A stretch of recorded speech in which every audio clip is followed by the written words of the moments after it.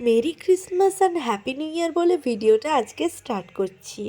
Cake বানাবো বলে টুটি ফ্রুটি লাগবে, তাই টুটি ফ্রুটি বানানোর জন্যে পেঁপেগুলোকে ছোট্ট ছোট্ট করে কেটে ভালো করে ধুয়ে একটা পাত্রে হাফ বয়েল করে নেব 50% মতন। তারপরে একটা কড়াইয়ে 2 কাপ চিনি দেব, আর 1.5 কাপও দিতে পারো। তারপরে জল দিয়ে ভালো করে চিনিটাকে গুলিয়ে পেঁপে টুকরোগুলো দিয়ে আরও 50% বয়েল করে একদম নামিয়ে নিতে হবে ঝুরো ঝুরো করে। আমি 3টে কালার নিয়েছি, গ্রিন কালারটা পাইনি। 3টে বাটিতে ভাগ করে কালারগুলোকে একটু জলে গুলে বাটিতে দিয়ে দিতে হবে। 24 আওয়ার্স এগুলো সোপ করবে জলটা।